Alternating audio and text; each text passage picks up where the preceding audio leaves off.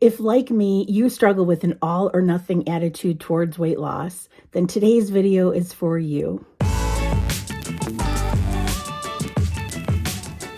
I'm so excited that you're here today.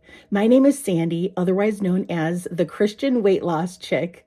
I'm a 54-year-old woman who is halfway through my journey to lose 100 pounds, and I'm just here to share my journey, hopefully share some encouragement to others, and have some fun along the way. Although I touched on this a little bit in my last video, I wanted to dig a little bit deeper into the idea of all or nothing thinking when it comes to dieting or a health plan.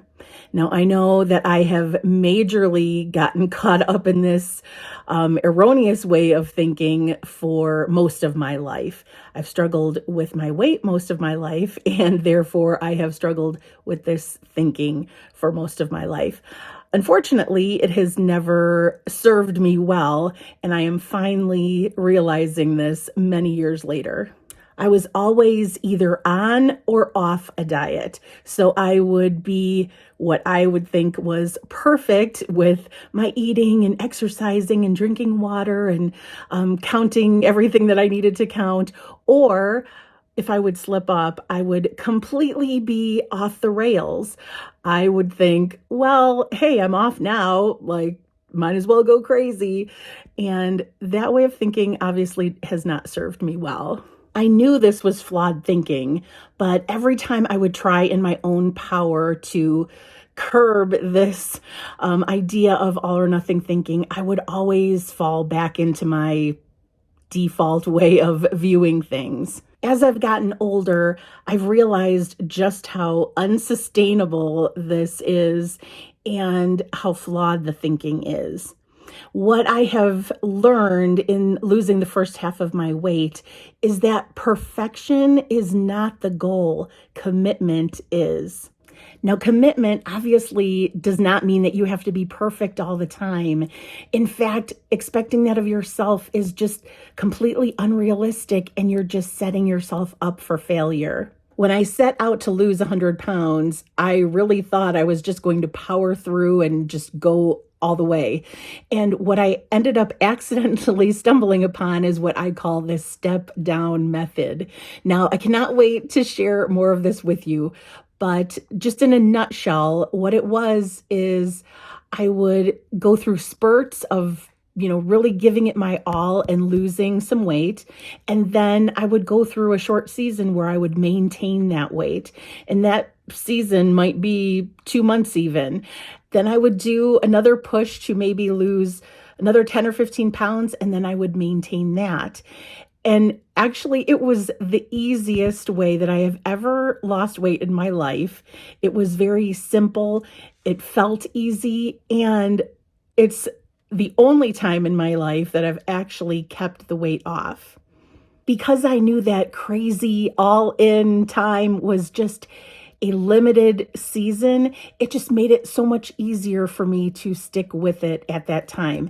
It didn't feel like, okay, from this day forward, I can never have carbs again, or from this day forward, I need to exercise 2 hours a day. No, it was not like that. It was a short season that I could focus on staying on for that time. Another method that has helped me has been the every other day method.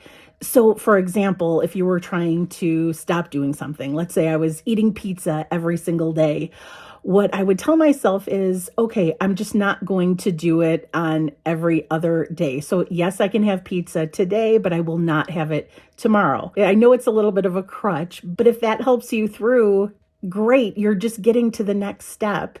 Instead of feeling like you have to jump all the way to the end, just be kind to yourself and take that one step that will move you forward.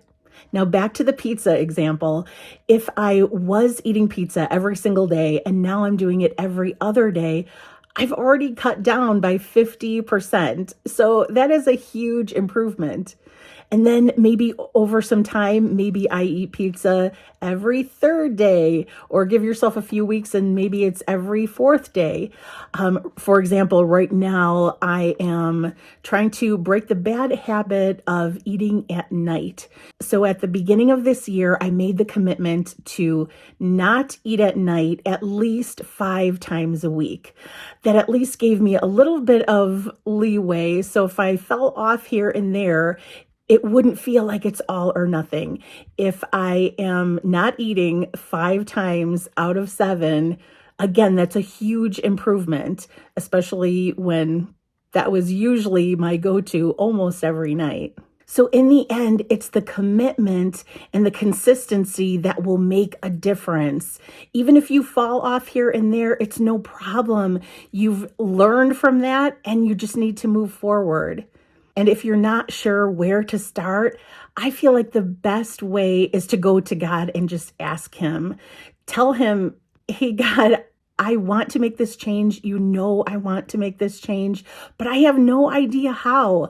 I don't know what I'll be able to stick with realistically, and I just don't know what to do from here. Just ask Him, and I promise He will answer. Not only did He design each of our bodies, but He knows what is in each of our hearts, and He is there to help us when we reach out.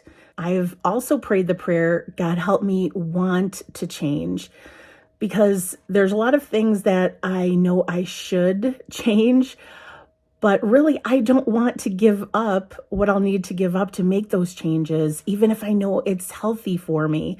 And so I have prayed that prayer many times too. God, please help me want to make this change. And honestly, just take the best care of myself that I can and steward the body that you've given me well.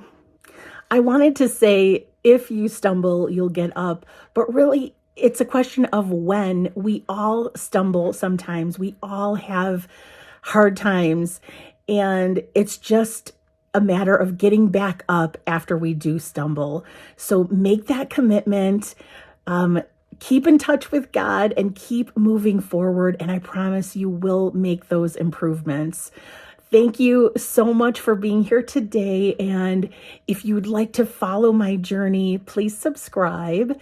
And if you like this video, please give it a thumbs up. Thank you so much. I am looking forward to seeing you next time. But in the meantime, here is another video I think you'll love.